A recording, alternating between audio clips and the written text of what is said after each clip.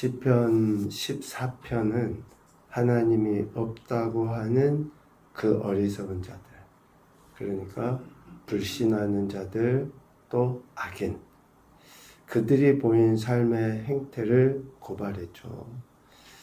그러나 오늘 시편 15편은 그들과 대조되는, 그러니까 어쩌면 지혜로운 자일 수 있고, 또 믿음의 사람일 수 있고, 또 선한 사람, 의인이라고 할 수 있는 사람들의 그 삶이 어떠해야 하는지, 어떤 것인지를 이야기하고 있습니다.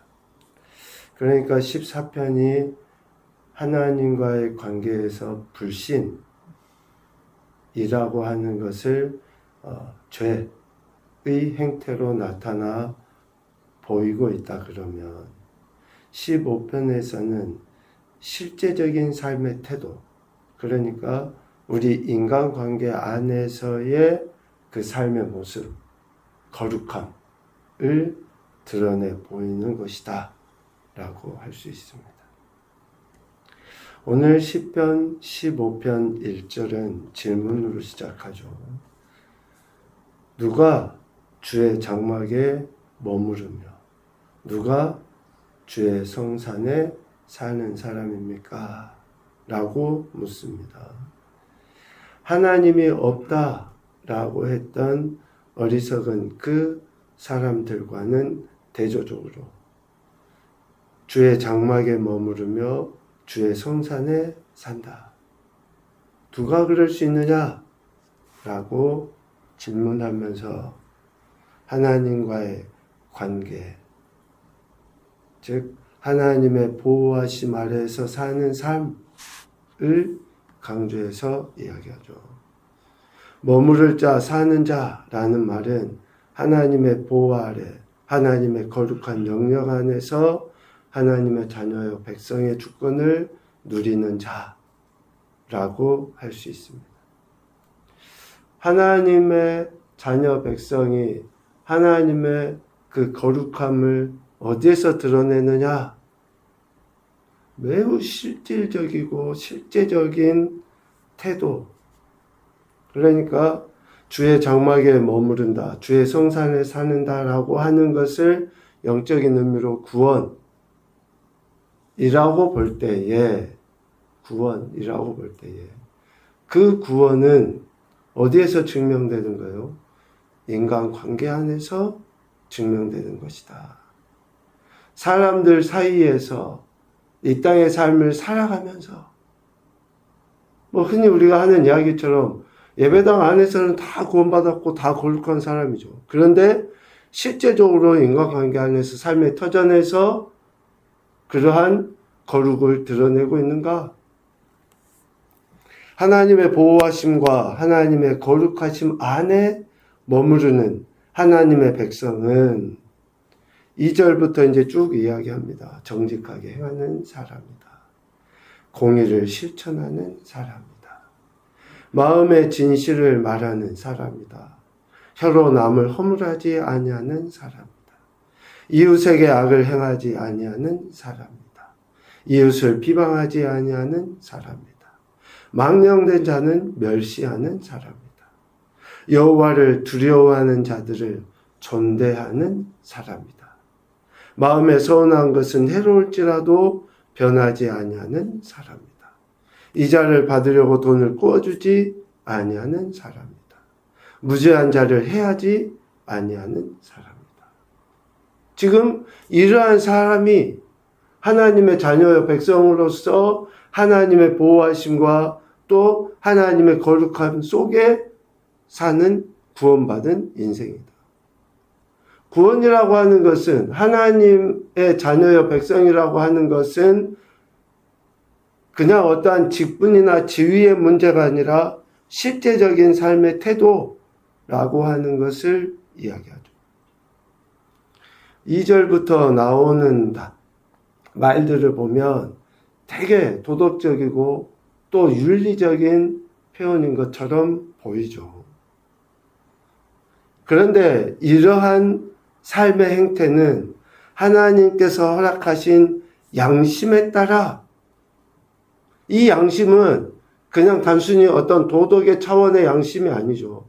하나님의 형상대로 지음을 받은 그 존재가 하나님의 형상대로 지음받은 존재로서의 가치를 삶의 태도에서 드러내 보이는 거예요. 드러내 보이는. 그러니까 예수님 믿는 사람들은 다른 누구보다도 도덕적이고 윤리적이고 인격적이고 인간적이 돼야 돼요. 그렇지 아니함을 드러내 보이거나 가르치는 이들은 뭘 해야 돼요?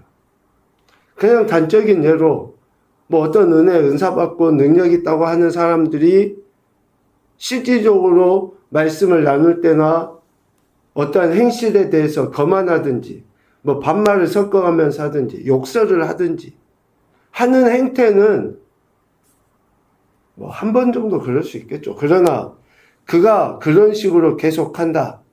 또 관계 안에서 자기의 사리사욕을 위해 무엇인가 한다. 그것은 은사자도 아니고 성령 충만한 자도 아니고 하나님의 보호하심과 하나님의 거룩하심 영역 속에 있는 자도 아니라고 하는 반증이에요. 되게 인격적이어야지 돼요. 되게 도덕적이고 윤리적이어야지 됩니다. 왜? 하나님의 형상대로 지음받은 그러한 존재라고 하는 것을 드러내 보이죠.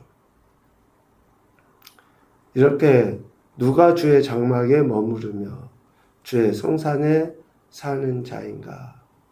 이런 사람을 하나님께서 찾으시는 거예요. 이렇게 행하는 자, 그러니까 어리석은 자, 즉 하나님을 불신하는 자들이 득세하잖아요. 그래서 도덕적으로나 영적으로 혼돈하고 공허하고 흑암 가운데 있는 인생들을 하나님께서 굽어 살피셔요. 14장 2절 말씀에 보면 여호와께서 하늘에서 인생을 굽어 살피사 지각이 있어 하나님을 찾는 자가 있는가 보려 하시죠. 하나님은. 그러니까 누가 하나님을 찾느냐? 누가 하나님에 대해서 제대로 알고 있느냐?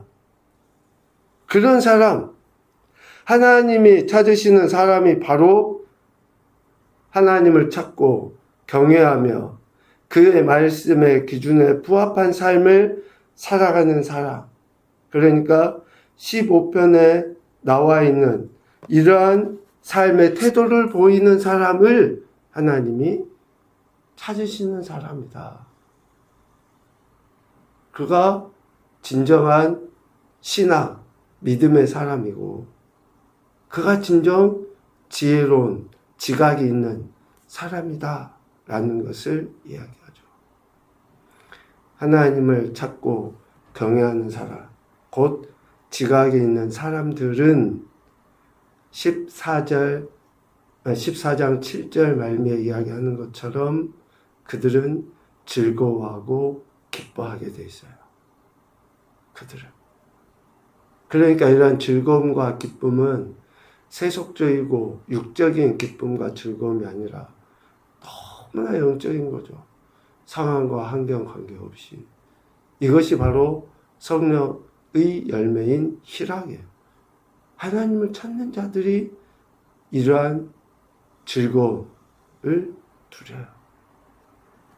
그리고 오늘 5절 하반부에 이야기하는 것처럼 그러한 사람들, 주의 장막에 머무르며 주의 성산에 사는 사람, 2절부터 행하는 그런 사람, 곧 믿음의 사람, 지혜로운 사람은 영원히 흔들리지 아니하게 돼 있어요. 영원히 흔들리지 아니하는. 하나님을 믿느냐, 믿지 아니하느냐는 삶의 실제적인 태도로 알 수 있습니다. 실제적인 태도로 하나님을 믿느냐, 믿지 않느냐요. 예배당 안에 들어와 있느냐, 내 직분이 뭐냐, 내가 몇십 년 예수 믿었냐, 라고 하는 것으로 평가받는 게 아니에요. 내가 진짜 예수님을 믿느냐고 하는 것은, 하나님을 믿는다고 하는 것은 이러한 삶을 지향하는 거예요. 지향. 그렇게 살아가기 위해서 늘 말씀을 채우고, 오늘 찬송가 가사에도 성결하기 위해서 기도하잖아요. 다시 이야기해보면 기도는 비우는 거예요. 비우는 거. 우리 자신. 죄도 가득 찬 우리를 성결하게 되기 위해서 하나님 앞에서 나의 죄도 토로하고 나의 욕심도 내려놓고 비우는 거지, 뭔가 더 채우고 능력으로 아니면 다른 어떤 것으로 채우기 위함이 아니에요. 이것이 바로 실제적인 삶의 현장에서 내 믿음이 있느냐 없느냐를 드러내보죠. 그러니까 어리석은 사람이냐 지혜로운 사람이냐 지각이 있는 사람이냐 라고 하는 것은 허락된 삶의 현장 관계 속에서 하나님의 말씀을 기준 삼고 살아가느냐에 따라 반드시 드러나게 되어 있습니다. 반드시 드러나게 되어 있습니다. 그 사람 주변에 자꾸 뭔가 영적으로 갈망하는 사람들이 모이는가? 그 사람 주변에 뭔가 하나님에 대해서 알고 싶어하는 사람들이 모이는가? 그렇지 않냐고 사람들이 자꾸 떠나간다. 다른 누구보다도 지금 내 삶의 태도를 점검하는 거죠. 오늘 15편에 나와 있는 이런 삶의 태도에 대해 하나님께서 기쁨과 즐거움, 또 안전과 영원한 구원의 은혜를 베풀어 주시는 거예요. 우리가 기대하는 삶이 뭡니까? 죽어서 천국 가는 거? 당연히 그것보다 이 땅에서 천국 백성으로서 성령의 열매가 실제적으로 드러나는 그런 삶 아닙니까? 그것은 외면하고 그런 삶을 사는 자들을 오히려 무시하고 유별나다고 이야기하고. 여러분, 오늘 말씀 중에 꼭 한 가지 우리가 매우 중요하게 여겨야 될 구절이 4절 중반에 나오는 표현이에요. 여호와를 두려워하는 자들을 존대하는 거예요.